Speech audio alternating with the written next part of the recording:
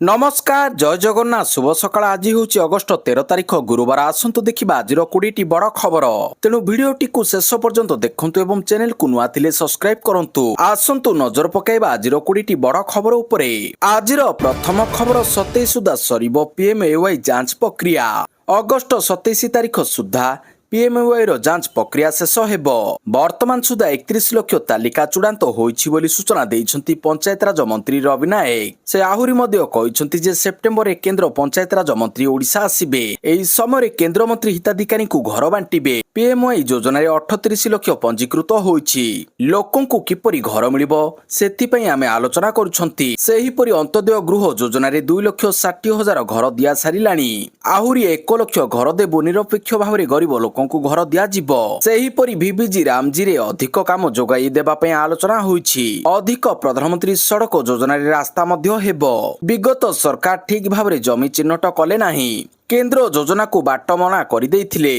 आवास 2 रे जेउ तालिका देबा कथा सेतेबेले देले नाही। जेउथि एबे बन्यारे अधिक लोकंक घर भांगिथिबा रिपोर्ट आसुछि। परवर्ती खबर 55 पुलिस अधिकारी और कर्मचारी को डीजीपी डिस्क। भुवनेश्वर स्थित पुलिस भवन ठारे आयोजित एक स्वतंत्र समारोह रे 55 जन पुलिस अधिकारी और कर्मचारी को डीजीपी डिस्क प्रदान करा जायछि। कार्यक्रम रे राज्य आरक्षी महानिर्देशक जोगेश बहादुर खुरानिया मुख्य अतिथि भाव जोग देइथिले। पुलिस अधिकारी और कर्मचारी सेवा कर्तव्य निष्ठा और उल्लेखनीय कार्य दक्षता निमते सम्मान प्रदान करा जायथिला। अतिरिक्त आरक्षी महानिर्देशक सोमेन्द्र प्रियदर्शिनी कार्यक्रम परिचालना करथिले। परवर्ती खबर सामाजिक गणमाध्यम दूरे रहिबाकू जेनजी को प्रधानमंत्री परामर्श। प्रधानमंत्री नरेंद्र मोदी बुधवार जेनजी को शक्तिशाली वार्ता देइछन्ति। प्रधानमंत्री कहिसन्ति जे भविष्य में आमको पूर्वतन राष्ट्रपति रामनाथ कोविंद परि लक्ष लक्ष युवकों आवश्यकता अछि। से युवपीढ़ी को आह्वान दे कहिसन्ति यह रील जुग और सोशल मीडिया इन्फ्लुएंसर माने आपण को आकर्षित करुछन्ति। शॉर्टकट रु सावधान रुहंतु। प्रधानमंत्री मोदी युवपीढ़ी को दीर्घ अधिक अर्थपूर्ण पथ बाछिबा को आह्वान करिसन्ति। परवर्ती खबर बढ़िला विदेशी ऋण भार। डॉलर तुलन में टंका दुर्बल हेबारु बढ़िला विदेशी ऋण भार। बड़का ऋण फेराइबे ओडिशा सरकार। डॉलर तुलन में टंका लगातार दुर्बल हेबारे लागिछि। एहा द्वारा बढ़िछि विदेशी ऋण भार। एबे एहार प्रभाव रे केतेक प्रकल्प पई अनुमोदित ऋण राशि प्रकृत आवश्यकता ठारू अधिक होई पारे। अव्यवहृत ऋण उपरे कमिटेंट चार्ज देबाकू पड़ुथिबा अनावश्यक आर्थिक भार एड़ाइबा पे राज्य सरकार बड़का ऋणर पुनः आकलन करबाकू पदक्षेप नेइछन्ति। जल संपद विभाग पक्षरु जारी चिठी रे विश्व बैंक ग्रुप सहायता प्राप्त बाह्य सहायता प्राप्त प्रकल्प गुड़िकरे संभाव्य ऋण संचय आकलन करबाकू इंजीनियर इन चीफ को निर्देश दिया जाइछि। प्रकल्पर आवश्यकता ठारू अधिक थिबा ऋण राशि को बातिल करबा पे औपचारिक प्रस्ताव दाखल करबाकू मध्य कहा जाइछि। परवर्ती खबर तमिलनाडु विधानसभा रे सीमा निर्धारण प्रस्ताव। महिला को 33% संरक्षण दाबी। सीमा पुनः निर्धारण प्रसंग को नहीं तमिलनाडु राजनीति जोर धरिछि। बुधवार विधानसभा मुख्यमंत्री श्री जोसेफ विजय सीमा पुनः निर्धारण संपर्कित एक प्रस्ताव आगत करी केंद्र सरकार आगरे बड़ दाबी रखिछन्ति। लोकसभार मोट आसन संख्या को वर्तमान 543 रे स्थायी भाव में रखिबा सह महिला 33% संरक्षण को विलंब न करी लागू करने को प्रस्ताव रे दाबी करा जायछि। परवर्ती खबर कैंसर रोगी बड़ खबर। चिन्हठरू तथ्य संग्रह जाए हेब समान व्यवस्था। देश में कैंसर रोगी चिन्हट चिकित्सा और तथ्य संग्रह रे समानता आनिबा पई कैंसर को अधिसूचित रोग भाव में घोषणा करने को मंगलवार सुप्रीमकोर्ट अवशिष्ट 19 राज्यर और केंद्र शासित अंचल को कहिसन्ति। एथिसई प्रसंग रे उपयुक्त निष्पत्ति नहीं अनुपालन सत्यपाठ दाखल करने को मध्य कोर्ट निर्देश देइछन्ति। पूर्वर 17टी राज्य और केंद्र शासित अंचल यह आदेश कार्यकारी कर सारी। प्रधान विचारपति सूर्यकांत विचारपति जयमाल्य बागची और भी मोहना खंडपीठ मंगलवार यह मामलार शुणाणी करथिले। परवर्ती खबर राज्य में लघुचाप प्रभाव में हेब प्रबल वर्षा। 3 जिला रेड अलर्ट जारी। लघुचाप प्रभाव में सारा राज्य में प्रबल वर्षा हेबार संभावना अछि। सेथिपई पाणीपाग विभाग पक्षरु सतर्क सूचना जारी करा जायछि। विशेषकर राज्यर 3टी जिला रेड अलर्ट जारी करा जायछि। आज सकाळ 8:30 पर्यंत बालेश्वर और भद्रक जिले में भीषण वर्षा हेबार संभावना रहिछि। एही समय मध्य अन्य 8टी जिला ऑरेंज अलर्ट जारी होइछि एवं प्राय 11टी जिले में बिजुली घड़घड़ी सह वर्षा हेबानी आशंका रहिछि। सेहीपरि केन्दुझर जिला को रेड अलर्ट श्रेणी रे रखा जायछि। परवर्ती खबर एशिया क्रीड़ा पूर्व अफगानिस्तान विपक्ष में T20 श्रृंखला खेलिब भारत। जापान रे हेबाकु थिबा एशिया क्रीड़ा पूर्व भारत 3 मैच विशिष्ट T20 श्रृंखला अफगानिस्तान विपक्ष में खेलिब। ଏହି ଶୃଙ୍ଖଳା ଦିଲ୍ଲୀସ୍ଥିତ ଅରୁଣ ଜେଟଲୀ କ୍ରିକେଟ ଷ୍ଟାଡିୟମରେ ସେପ୍ଟେମ୍ବର 13ରୁ 17 ତାରିଖ ପର୍ଯ୍ୟନ୍ତ ଖେଳାଯିବ ବୋଲି ଆଫଗାନିସ୍ତାନ କ୍ରିକେଟ ବୋର୍ଡ ଏସିବି ଓ ଭାରତୀୟ କ୍ରିକେଟ ନିୟନ୍ତ୍ରଣ ବୋର୍ଡ ସ୍ପଷ୍ଟ କରିଛନ୍ତି। 13ରେ ପ୍ରଥମ ମ୍ୟାଚ୍ ଖେଳାଯିବା ପରେ 15ରେ ଦ୍ୱିତୀୟ ଓ 17ରେ ଶେଷ ଟି20 ଖେଳାଯିବ। ସମସ୍ତ ତିନୋଟି ଯାକ ମ୍ୟାଚ୍ ଗୋଟିଏ ସ୍ଥାନରେ ଖେଳାଯିବ ବୋଲି ଉଭୟ ବୋର୍ଡ ନିଶ୍ଚିତ କରିଛନ୍ତି। ପରବର୍ତ୍ତୀ ଖବର ଜେଲରେ ଇମ୍ରାନଙ୍କ ମୃତ୍ୟୁ।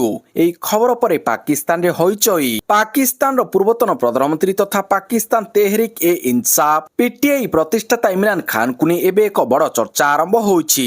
ଜଣେ ବରିଷ୍ଠ ପାକିସ୍ତାନୀ ସାମ୍ବାଦିକ ୱାହାଜତ ସଇଦି ଖାନ ଦାବି କରିଛନ୍ତି ଯେ ଜେଲରେ ଥିବା ଇମ୍ରାନ ଖାନଙ୍କ ମୃତ୍ୟୁ ଘଟିଛି। ତେବେ ଏହି ଦାବିକୁ ନେଇ ଏପର୍ଯ୍ୟନ୍ତ କୌଣସି ସ୍ୱାଧୀନ ସରକାରୀ ନିଶ୍ଚିତତା ମିଳିନାହିଁ। ସାମ୍ବାଦିକଙ୍କ ଏହି ଦାବି ପରେ ଇମ୍ରାନଙ୍କ ଦଳ ପିଟିଆଇ ପକ୍ଷରୁ ଚିନ୍ତା ପ୍ରକାଶ କରାଯାଇଛି। ପରବର୍ତ୍ତୀ ଖବର ଶ୍ରୀମନ୍ଦିରରେ ଦୂର ହେବ କାଠ ସଙ୍କଟ। ମହାପ୍ରସାଦ ପାଇଁ ଚିଲିକାରୁ ଆସିବ କାଠ। ଶ୍ରୀମନ୍ଦିରରେ ରହିବ ନାହିଁ କାଠ ସଙ୍କଟ। ଶ୍ରୀମନ୍ଦିରରେ ଦୂର ହେବାକୁ ଯାଉଛି କାଠ ସଙ୍କଟ। ମହାପ୍ରସାଦ ପ୍ରସ୍ତୁତିରେ ଆଉ ରହିବ ନାହିଁ କାଠର ସଙ୍କଟ। କାଠ ସଙ୍କଟକୁ ନେଇ ବିଭିନ୍ନ ନ୍ୟୁଜ ଚ୍ୟାନେଲରେ ଖବର ପ୍ରସାରଣ ହେବା ପରେ ତତ୍ପର ହୋଇ ଉଠିଛି ପ୍ରଶାସନ। କାଠ ସମସ୍ୟା କିଭଳି ଦୂର ହେବ ସେ ନେଇ ସ୍ୱାର ମହାସ୍ୱାର ନିଯୋଗ ସହିତ ବୈଠକ କରିଛନ୍ତି ପୁରୀ ଜିଲ୍ଲାପାଳ। ତେବେ କାଠ ସମସ୍ୟା ଦୂର ପାଇଁ ଜିଲ୍ଲାପାଳଙ୍କ ନେତୃତ୍ୱରେ ଏକ ଟିମ୍ ଗଠନ କରାଯାଇଛି। ଶ୍ରୀମନ୍ଦିରକୁ ପର୍ଯ୍ୟାପ୍ତ କାଠ କିଭଳି ଯୋଗାଇ ଦିଆଯିବ ସେ ନେଇ ବୈଠକରେ ପ୍ଲାନ୍ ପ୍ରସ୍ତୁତ କରାଯାଇଛି। ଶ୍ରୀମନ୍ଦିରକୁ ମହାପ୍ରସାଦ ପ୍ରସ୍ତୁତି ପାଇଁ ଅସ୍ତରଙ୍ଗରୁ କାଠ ଆସୁଥିବା ବେଳେ ଏବେ ଚିଲିକାରୁ ମଧ୍ୟ କାଠ ଆସିବା ନେଇ ଯୋଜନା କରୁଛି ପ୍ରଶାସନ। ପରବର୍ତ୍ତୀ ଖବର ବନ୍ୟା କ୍ଷୟକ୍ଷତି ନେଇ ରାଜସ୍ୱ ମନ୍ତ୍ରୀଙ୍କ ସୂଚନା। 24 ଜିଲ୍ଲା ପ୍ରଭାବିତ 79,000 ହେକ୍ଟର ଚାଷ ଜମି କ୍ଷତିଗ୍ରସ୍ତ। ଚାଷୀଙ୍କୁ ମିଳିବ ସ୍ୱତନ୍ତ୍ର ପ୍ୟାକେଜ। ରାଜ୍ୟରେ ଚଳିତ ବନ୍ୟାରେ କ୍ଷୟକ୍ଷତିର ଆକଳନ ନେଇ ରାଜସ୍ୱ ବିପର୍ଯ୍ୟୟ ପରିଚାଳନା ମନ୍ତ୍ରୀ ସୁରେଶ ପୂଜାରୀଙ୍କ ସୂଚନା। ଓଡ଼ିଶାରେ ଗୋଟିଏ ପରେ ଗୋଟିଏ ବନ୍ୟା ଆସୁଛି। ବର୍ଷା ଓ ଲଘୁଚାପର ପୁଣି ସମ୍ଭାବନା ଅଛି। ବନ୍ୟା ମଧ୍ୟ ହେଉଛି। ଗତ 15 ଦିନ ଭିତରେ 24ଟି ଜିଲ୍ଲାର 154ଟି ବ୍ଲକ 879ଗୋଟି ଗ୍ରାମ ପଞ୍ଚାୟତ ଏବଂ 2,855ଟି ଗାଁ ବନ୍ୟା ଯୋଗୁଁ କ୍ଷତିଗ୍ରସ୍ତ ହୋଇଛି। ସହରାଞ୍ଚଳରେ 209ଟି ୱାର୍ଡରେ 13,62,378 ଲୋକ ପ୍ରଭାବିତ ହୋଇଛନ୍ତି। 7,22,732 ଲୋକଙ୍କୁ ପର୍ଯ୍ୟାୟକ୍ରମେ 366ଟି ଗାଁରୁ ସ୍ଥାନାନ୍ତରିତ କରାଯାଇଛି। 79,824 ହେକ୍ଟର ଚାଷ ଜମି 5,044 ଘର କ୍ଷତିଗ୍ରସ୍ତ ହୋଇଛି। 110 କୋଟି ଟଙ୍କା ବିଭିନ୍ନ ଜିଲ୍ଲାକୁ ଦିଆଯାଇଥିଲା। ଆହୁରି 26 କୋଟି ଟଙ୍କା ଅଧିକ ସାହାଯ୍ୟ ଦିଆଯାଇଛି। ପରବର୍ତ୍ତୀ ଖବର ତମାଖୁ ଓ ଟିକୋଟିନ୍ ଥିବା ଗୁଟକା ଓ ପାନ ମସଲା ବ୍ୟାନ୍ କଲା କର୍ଣ୍ଣାଟକ। ଜନସ୍ୱାସ୍ଥ୍ୟ ପାଇଁ ବଡ଼ ପଦକ୍ଷେପ। ଗୁଟକା ଓ ପାନ ମସଲା ବିକ୍ରି ବନ୍ଦ। Food safety and standards authority of India paan ମସଲାର ପ୍ଲାଷ୍ଟିକ ପ୍ୟାକେଜିଂ ବ୍ୟାନ୍ କରିଥିବା ବେଳେ କର୍ଣ୍ଣାଟକ ସରକାର ଏକ ବଡ଼ ନିଷ୍ପତ୍ତି ନେଇଛନ୍ତି। ବର୍ଷକ ପାଇଁ ରାଜ୍ୟରେ ତମାଖୁ ଓ ଟିକୋଟିନ୍ ସାମଗ୍ରୀ ବହନ କରୁଥିବା ସମସ୍ତ ପ୍ରକାର ଗୁଟକା ଓ ପାନ ମସଲା ଉପରେ ବ୍ୟାନ୍ ଲଗାଇଛନ୍ତି। ଅଗଷ୍ଟ 10 ତାରିଖରେ ଏକ ବିଜ୍ଞପ୍ତି ଜାରି କରି ସରକାର ଏହି ସୂଚନା ଦେଇଛନ୍ତି। ଲୋକଙ୍କ ସ୍ୱାସ୍ଥ୍ୟ ହିତରେ ଏହି ବ୍ୟାନ୍ ଲଗାଯାଇଛି ବୋଲି କର୍ଣ୍ଣାଟକର ସରକାର ଘୋଷଣା କରିଛନ୍ତି। ଏହିସବୁ ସାମଗ୍ରୀର ବିକ୍ରି, ଡିଷ୍ଟ୍ରିବ୍ୟୁସନ ଓ ପ୍ରଡକ୍ସନ ଉପରେ ବ୍ୟାନ୍ ଲାଗିଥିବା ବେଳେ କନଜମ୍ପସନ ବା ବ୍ୟବହାର ଉପରେ କିନ୍ତୁ ରୋକ ଲଗାଯାଇ ନାହିଁ। ବ୍ୟବହାର ନେଇ ସରକାରୀ ବିଜ୍ଞପ୍ତିରେ କୌଣସି ସୂଚନା ଦିଆଯାଇ ନାହିଁ। ପରବର୍ତ୍ତୀ ଖବର ପ୍ରକାଶ ପାଇଲା ମେଟ୍ରିକ ସପ୍ଲିମେଣ୍ଟାରୀ ପରୀକ୍ଷା ଫଳ। ପାସ୍ ହାର 63.64%। Matric supplementary result. ମାଧ୍ୟମିକ ଶିକ୍ଷା ପରିଷଦ ଦ୍ୱାରା ପରିଚାଳିତ ସପ୍ଲିମେଣ୍ଟାରୀ ହାଇସ୍କୁଲ ସାର୍ଟିଫିକେଟ ପରୀକ୍ଷା 2026 ପ୍ରକାଶ ପାଇଛି। ଚଳିତ ଥର 5,760 ଜଣ ଛାତ୍ରଛାତ୍ରୀ ସପ୍ଲିମେଣ୍ଟାରୀ ପରୀକ୍ଷା ଦେଇଥିଲେ। ଏମାନଙ୍କ ମଧ୍ୟରୁ 3,666 ଜଣ ଛାତ୍ରଛାତ୍ରୀ ପାସ୍ କରିଛନ୍ତି। ପାସ୍ ହାର 63.64% ରହିଛି। ସେହିପରି ରାଜ୍ୟ ମୁକ୍ତ ବିଦ୍ୟାଳୟ ସାର୍ଟିଫିକେଟ ପରୀକ୍ଷା 2026ର ଫଳାଫଳ ପ୍ରକାଶ ପାଇଛି। 8,698 ଜଣ ଷ୍ଟେଟ୍ ଓପେନ୍ ସ୍କୁଲ ପରୀକ୍ଷା ଦେଇଥିଲେ। ମୋଟ 5,450 ଜଣ ପାସ୍ କରିଛନ୍ତି। ପାସ୍ ହାର 62.65% ରହିଛି। ପରବର୍ତ୍ତୀ ଖବର ସ୍ୱାସ୍ଥ୍ୟ କ୍ଷେତ୍ରରେ ବଡ଼ ପଦକ୍ଷେପ। ଓଡ଼ିଶାର 3 ସରକାରୀ ମେଡିକାଲ କଲେଜରେ 11 ଡିଏନ୍ବି ସିଟ୍କୁ ଅନୁମୋଦନ। ଓଡ଼ିଶାକୁ ମିଳିଲା 11 ଡିଏନ୍ବି ସିଟ୍। ଓଡ଼ିଶାର 3ଟି ସରକାରୀ ମେଡିକାଲ କଲେଜରେ 11ଟି ପୋଷ୍ଟ ଡିପ୍ଲୋମା ଡିଏନ୍ବି ସିଟ୍କୁ ଅନୁମୋଦନ ମିଳିଛି। ନୂଆଦିଲ୍ଲୀ ସ୍ଥିତ national board of examination in medical science NBMS ପକ୍ଷରୁ ରାଜ୍ୟର 3ଟି ସରକାରୀ ମେଡିକାଲ କଲେଜରେ ନୂଆଦିଲ୍ଲୀ ସ୍ଥିତ national board of examination in medical science NBMS ପକ୍ଷରୁ ରାଜ୍ୟର 3ଟି ସରକାରୀ ମେଡିକାଲ କଲେଜରେ 5ଟି ବ୍ରଡ ସ୍ପେସିଆଲିଟିରେ ମୋଟ 11ଟି ପୋଷ୍ଟ ଡିପ୍ଲୋମା ଡିଏନ୍ବି ସିଟ୍କୁ ମାନ୍ୟତା ପ୍ରଦାନ କରାଯାଇଛି। ପରବର୍ତ୍ତୀ ଖବର ଦିଲ୍ଲୀରେ ଖୁବ୍ ଶୀଘ୍ର ଯନ୍ତର ମନ୍ତର ସିଜନ 2।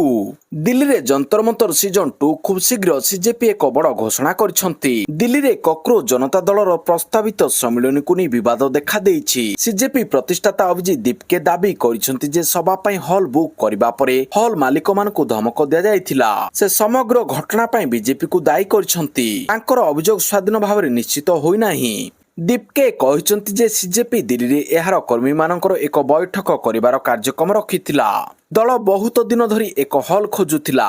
ସେ ଦାବି କରିଛନ୍ତି ଯେ ଅନେକ ସ୍ଥାନ ହଲ୍ ଯୋଗାଇବାକୁ ମନା କରିଥିଲେ। ହଲ୍ ମାଲିକମାନେ ଅଭିଯୋଗ କରିଛନ୍ତି ଯେ ସେମାନଙ୍କ ଉପରେ ଉପରୁ ଚାପ ପଡ଼ିଥିଲା। ପରବର୍ତ୍ତୀ ଖବର ରାଜ୍ୟ କ୍ୟାବିନେଟର ଗୁରୁତ୍ୱପୂର୍ଣ୍ଣ ବୈଠକ 10ଟି ପ୍ରସ୍ତାବକୁ ମିଳିଲା ମଞ୍ଜୁରୀ। ରାଜ୍ୟ ସରକାରଙ୍କ ଗୁରୁତ୍ୱପୂର୍ଣ୍ଣ କ୍ୟାବିନେଟ ବୈଠକ ସଫଳତାର ସହ ଶେଷ ହୋଇଛି। ମୁଖ୍ୟମନ୍ତ୍ରୀ ମୋହନ ଚରଣ ମାଝୀଙ୍କ ଅଧ୍ୟକ୍ଷତାରେ ଲୋକସେବା ଭବନଠାରେ ଏହି ଉଚ୍ଚସ୍ତରୀୟ ବୈଠକ ଅନୁଷ୍ଠିତ ହୋଇଥିଲା। ଏଥିରେ ରାଜ୍ୟର ବିକାଶ ଓ ଜନକଲ୍ୟାଣକୁ ଆଖି ଆଗରେ ରଖି 6ଟି ଗୁରୁତ୍ୱପୂର୍ଣ୍ଣ ବିଭାଗର ମୋଟ 10ଟି ପ୍ରସ୍ତାବ ଉପରେ କ୍ୟାବିନେଟ ମୋହର ମାରିଛି। ବୈଠକ ଶେଷ ହେବା ପରେ ମୁଖ୍ୟ ଶାସନ ସଚିବ ଅନୁଗର ଗଣମାଧ୍ୟମକୁ ଏହି ନିଷ୍ପତ୍ତି ସମ୍ପର୍କରେ ଆନୁଷ୍ଠାନିକ ସୂଚନା ଦେଇଛନ୍ତି। ପରବର୍ତ୍ତୀ ଖବର ଶ୍ରୀଜୀଉଙ୍କ ମସ୍ତକରେ ଚହଟିଲା ଚିତା, ପାଳିତ ହେଲା ଚିତାଲାଗି ଅମାବାସ୍ୟା। ଶ୍ରୀମନ୍ଦିରରେ ଭକ୍ତି ଓ ପରମ୍ପରା ସହିତ ପାଳିତ ହୋଇଛି ପବିତ୍ର ଚିତାଲାଗି ଅମାବାସ୍ୟା। ଏହି ଅବସରରେ ରତ୍ନବେଦୀରେ ଶ୍ରୀଜୀଉଙ୍କୁ ବହୁମୂଲ୍ୟ ରତ୍ନ ଖଚିତ ଚିତାଲାଗି କରାଯାଇଛି। ମହାପ୍ରଭୁ ଶ୍ରୀ ଜଗନ୍ନାଥଙ୍କ ମସ୍ତକରେ ହୀରା, ବଡ଼ ଠାକୁର ବଳଭଦ୍ରଙ୍କ ମସ୍ତକରେ ନୀଳା ଏବଂ ଦେବୀ ସୁଭଦ୍ରାଙ୍କ ମସ୍ତକରେ ମାଣିକ୍ୟ ଖଚିତ ଚିତା ଶୋଭା ପାଇଛି। ଚିତାଲାଗି ନୀତି ଶ୍ରୀମନ୍ଦିରର ଏକ ଅତ୍ୟନ୍ତ ଗୋପନୀୟ ନୀତି। ଏହି ଗୁପ୍ତ ନୀତି ସମ୍ପାଦନ ପାଇଁ ଅପରାହ୍ନ 2ଟାରୁ ସନ୍ଧ୍ୟା 7ଟା ପର୍ଯ୍ୟନ୍ତ ସାଧାରଣ ଦର୍ଶନ ବନ୍ଦ ରହିଥିଲା। ସ୍ନାନ ପୂର୍ଣ୍ଣିମା ପରେ ଶ୍ରୀଜୀଉମାନେ ଅଣସର ଘରକୁ ବିଜେ କରିବା ସମୟରେ ଚିତା ଓ ରାହୁ ରେଖା ଭଣ୍ଡାର ଘରେ ସୁରକ୍ଷିତ ରହିଥାଏ। ଶ୍ରାବଣ ଅମାବାସ୍ୟା ତିଥିରେ ସେହି ଚିତାକୁ ମହାପ୍ରଭୁମାନଙ୍କୁ ଲାଗି କରାଯାଇଥାଏ। ଏହି ଅବସରରେ ହଳଦିଆ ରଙ୍ଗର ବାସୁଙ୍ଗା ପାଟରେ ଶ୍ରୀ ଜଗନ୍ନାଥ ମନ ମୋହିଛନ୍ତି। ରତ୍ନ ଖଚିତ ଚିତାରେ ଶ୍ରୀଜୀଉଙ୍କ ଦିବ୍ୟ ରୂପ ଆହୁରି ଆକର୍ଷଣୀୟ ହୋଇଥିଲା। ଗୁପ୍ତ ନୀତି ପରେ ଭକ୍ତମାନେ ମହାପ୍ରଭୁଙ୍କ ଦର୍ଶନର ସୁଯୋଗ ପାଇଥିଲେ। ପରବର୍ତ୍ତୀ ଖବର ଭବ୍ୟ ହେବ ମହୋଦଧି ଆରତୀ, ଆଧ୍ୟାତ୍ମିକ ହେବ ବେଳାଭୂମି, ବିକଶିତ ହେବ ଗୋବର୍ଦ୍ଧନ ପୀଠ। ପୁରୀ ଗୋବର୍ଦ୍ଧନ ପୀଠର ସର୍ବାଙ୍ଗୀନ ବିକାଶ, ସୁରକ୍ଷା ଏବଂ ଶ୍ରୀ ଜଗନ୍ନାଥ ସଂସ୍କୃତିର ପ୍ରସାର ପାଇଁ ମୁଖ୍ୟମନ୍ତ୍ରୀ ମୋହନ ଚରଣ ମାଝୀଙ୍କ ଅଧ୍ୟକ୍ଷତାରେ ବୁଧବାର ଲୋକସେବା ଭବନଠାରେ ଏକ ଉଚ୍ଚସ୍ତରୀୟ ବୈଠକ ଅନୁଷ୍ଠିତ ହୋଇଯାଇଛି। ପୁରୀର ଆଧ୍ୟାତ୍ମିକ ଗରିମାକୁ ବଢ଼ାଇବା ସହ ପୀଠର ସମ୍ପତ୍ତିର ସୁରକ୍ଷା ପାଇଁ ବୈଠକରେ ମୁଖ୍ୟମନ୍ତ୍ରୀ ପୀଠର ପ୍ରତିନିଧିମାନଙ୍କ ସହ ଆଲୋଚନା କରିଥିଲେ। ବୈଠକରେ ମୁଖ୍ୟମନ୍ତ୍ରୀ ପୁରୀ ସ୍ୱର୍ଗଦ୍ୱାର ସମ୍ମୁଖ ବେଳାଭୂମିରେ ପ୍ରତିଦିନ ଅନୁଷ୍ଠିତ ହେଉଥିବା ପବିତ୍ର ସନ୍ଧ୍ୟା ମହୋଦଧି ଆରତୀ ଉପରେ ବିଶେଷ ଗୁରୁତ୍ୱ ଆରୋପ କରିଛନ୍ତି। ଏହି ଆରତୀ ସ୍ଥଳର ସୌନ୍ଦର୍ଯ୍ୟକରଣ କରାଯିବା ସହିତ ସନ୍ଧ୍ୟା ଆରତୀକୁ ଆହୁରି ଭବ୍ୟ ଆକାରରେ କରାଯିବ ବୋଲି ମୁଖ୍ୟମନ୍ତ୍ରୀ କହିଥିଲେ। ସମଗ୍ର ପୁରୀ ବେଳାଭୂମିକୁ ଏକ ଭବ୍ୟ ଆଧ୍ୟାତ୍ମିକ ବେଳାଭୂମି ଭାବରେ ବିକଶିତ କରିବାକୁ ସେ ପ୍ରଶାସନକୁ ନିର୍ଦ୍ଦେଶ ଦେଇଛନ୍ତି। ପରବର୍ତ୍ତୀ ଖବର ପୂର୍ବତନ ରାଷ୍ଟ୍ରପତି ରାମନାଥ କୋବିନ୍ଦଙ୍କ ଆତ୍ମଜୀବନୀ ଉନ୍ମୋଚିତ। ନୂଆଦିଲ୍ଲୀର ବିଜ୍ଞାନ ଭବନଠାରେ ଭାରତର ପୂର୍ବତନ ରାଷ୍ଟ୍ରପତି ରାମନାଥ କୋବିନ୍ଦଙ୍କ ଆତ୍ମଜୀବନ triumph of the Indian republic my life my struggles ପ୍ରଧାନମନ୍ତ୍ରୀ ନରେନ୍ଦ୍ର ମୋଦି ଉନ୍ମୋଚନ କରିଛନ୍ତି। ଏହି ଅବସରରେ ଉପସ୍ଥିତ ଜନସାଧାରଣଙ୍କୁ ସମ୍ବୋଧିତ କରି ପ୍ରଧାନମନ୍ତ୍ରୀ କହିଛନ୍ତି ଯେ ଆଜି ଆମକୁ ଶ୍ରୀ ରାମନାଥ କୋବିନ୍ଦଜୀଙ୍କ ଆତ୍ମଜୀବନୀ ଉନ୍ମୋଚନ କରିବାର ସୁଯୋଗ ମିଳିଛି ଏବଂ ମୁଁ ଏହି କାର୍ଯ୍ୟକ୍ରମର ଏକ ଅଂଶବିଶେଷ ହୋଇପାରିଥିବାରୁ ଅତ୍ୟନ୍ତ ଖୁସି। ପରବର୍ତ୍ତୀ ଖବର ଚୀନର ପୂର୍ବତନ ପ୍ରଧାନମନ୍ତ୍ରୀ ଝୁ ରୋଙ୍ଗଜିଙ୍କ ପରଲୋକ ଭାରତ ଚୀନ ସମ୍ପର୍କରେ ପକାଇଥିଲେ ମୂଳଦୁଆ। ଚୀନର ପୂର୍ବତନ ପ୍ରଧାନମନ୍ତ୍ରୀ ତଥା ଦେଶର ଆର୍ଥିକ ସୁଧାରର ମୁଖ୍ୟ ସୂତ୍ରଧର ଝୁ ରୋଙ୍ଗଜିଙ୍କ ବୁଧବାର ପରଲୋକ ହୋଇଛି। ଝୁ ସରକାରୀ ମାଲିକାଧୀନ ଉଦ୍ୟୋଗୀମାନଙ୍କର ବ୍ୟାପକ ସୁଧାର କରିବା ସହିତ ଚୀନକୁ ବିଶ୍ୱ ବାଣିଜ୍ୟ ସଂଗଠନରେ ସାମିଲ କରିବାରେ ତାଙ୍କର ମୁଖ୍ୟ ଭୂମିକା ରହିଥିଲା। ସରକାରୀ ସମ୍ବାଦ ସରବରାହ ସଂସ୍ଥା ସିନ୍ହା ସୂଚନା ଅନୁସାରେ ବାର୍ଦ୍ଧକ୍ୟଜନିତ ଅସୁସ୍ଥତା କାରଣରୁ ତାଙ୍କର ପରଲୋକ ହୋଇଛି। ପରଲୋକ ବେଳକୁ ତାଙ୍କୁ 98 ବର୍ଷ ବୟସ ହୋଇଥିଲା। ସେ 1998ରୁ 2003 ମସିହା ପର୍ଯ୍ୟନ୍ତ ଚୀନର ପ୍ରଧାନମନ୍ତ୍ରୀ ଥିଲେ। ପରବର୍ତ୍ତୀ ଖବର ଘୁଞ୍ଚିଲା ନୂଆ ଡିଜିପି ଚୟନ ମାମଲାରେ ହୋଇଥିବା ପିଆଇଏଲ୍ ଶୁଣାଣି, ପୁଣି ବଢିଲା ସସ୍ପେନ୍ସ। ଘୁଞ୍ଚିଲା ଶୁଣାଣି, ବଢିଲା ଟେନସନ। ଜଟିଳ ହେବାରେ ଲାଗିଛି ରାଜ୍ୟର ନୂଆ ପୋଲିସ ଡିଜି ନିଯୁକ୍ତି ପ୍ରକ୍ରିୟା ବିବାଦ। ବୁଧବାର ସୁପ୍ରିମକୋର୍ଟରେ ଏହି ସମ୍ପର୍କିତ ମାମଲାର ଶୁଣାଣି ଥିଲେ ହେଁ ତାହା ତାଲିକାଭୁକ୍ତ ହୋଇପାରି ନାହିଁ। ଅବଶ୍ୟ ପରବର୍ତ୍ତୀ ଶୁଣାଣି 13 ତାରିଖରେ ହେବ ବୋଲି କୁହାଯାଉଛି। ଏମିତିରେ ଡିଜିପି ଚୟନକୁ ନେଇ ସସ୍ପେନ୍ସ ବଢ଼ିବାରେ ଲାଗିବା ବଡ଼ କଥା। ହେଲେ ନୂଆ ଡିଜିପି ଚୟନ ପ୍ରକ୍ରିୟାରେ ରାଜ୍ୟ ସରକାର ଚଞ୍ଚକତା କରୁଥିବା ଅଭିଯୋଗରେ ସୁପ୍ରିମକୋର୍ଟରେ ପିଆଇଏଲ୍ ଦାଖଲ ହୋଇଛି। ପରବର୍ତ୍ତୀ ଖବର ଭାରତୀୟ ବଂଶୋଦ୍ଭବ ଗୌତମ ରଙ୍ଗରାଜନ ହେଲେ ୟୁକେ ପ୍ରଧାନମନ୍ତ୍ରୀ ବର୍ନହେମଙ୍କ ବିଶେଷଜ୍ଞ ପରାମର୍ଶଦାତା। ବ୍ରିଟିଶ ପ୍ରଧାନମନ୍ତ୍ରୀ ଏଣ୍ଡି ବର୍ନହେମ ଜଣେ ଭାରତୀୟ ବଂଶୋଦ୍ଭବ ଅଗ୍ରଣୀ ରଣନୀତିକାର ତଥା ମିଡିଆ କ୍ଷେତ୍ରର କାର୍ଯ୍ୟକାରୀ ଅଧିକାରୀଙ୍କୁ ସଂରଚନା ଓ ପ୍ରକ୍ରିୟା ମାମଲାରେ ବିଶେଷଜ୍ଞ ପରାମର୍ଶଦାତା ରୂପରେ ନିଯୁକ୍ତ କରିଛନ୍ତି। ବିବିସିର ପୂର୍ବତନ ରଣନୀତିକାର ତଥା ସଙ୍ଗୀତକାର ଗୌତମ ରଙ୍ଗରାଜନ ଚଳିତ ସପ୍ତାହରେ ବ୍ରିଟେନ ପ୍ରଧାନମନ୍ତ୍ରୀଙ୍କ ଆଧିକାରିକ ଆବାସରେ ଏହି ନୂଆ ପଦବୀର କାର୍ଯ୍ୟଭାର ଗ୍ରହଣ କରିବେ।